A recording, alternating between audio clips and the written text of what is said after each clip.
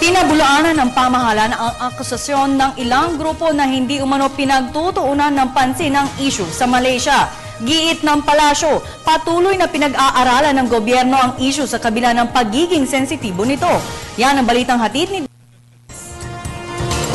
Sa kabila ng tensyon sa Sabah, Malaysia, tanging prioridad umano ngayon ng pamahalaan ang kaligtasan ng ilan nating mga kababayan roon. Ayon sa ulat ng palasyo, patuloy na nakikipag-ugnayan ng gobyerno sa Malaysian authorities upang hindi na muling dumanak ang dugo sa lugar. Kaugnay nito, nagsalita na rin ang Malaysian government laban sa grupo ni Kiram III na sumuko na lang para sa ikabubuti ng sitwasyon sa Sabah. It's already stated here. You've heard the side of the Malaysians, the actions that they plan to do. And sa kanila rin po, ang nakasulat na rin po sa kanilang mga pahayagan, surrender or face the consequences.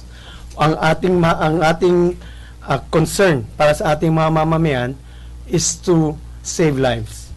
Yan po ang ating hangarin dito. Ang mas mabuti sa inyo po ay pag may buhay kayo, may pag-asa pa kayo.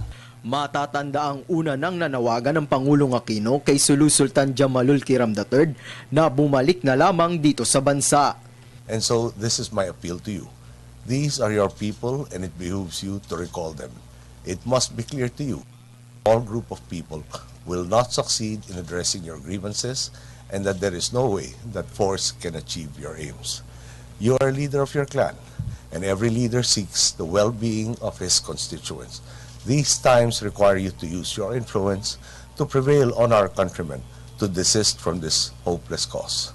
Sinisiguro naman ng palasyo na nakahanda ang ilang ahensya ng pamahalaan para sa pagpapauwi ng mga Pinoy sa Sabah. Para sa Telebisyon ng Bayan, Dennis Cortez.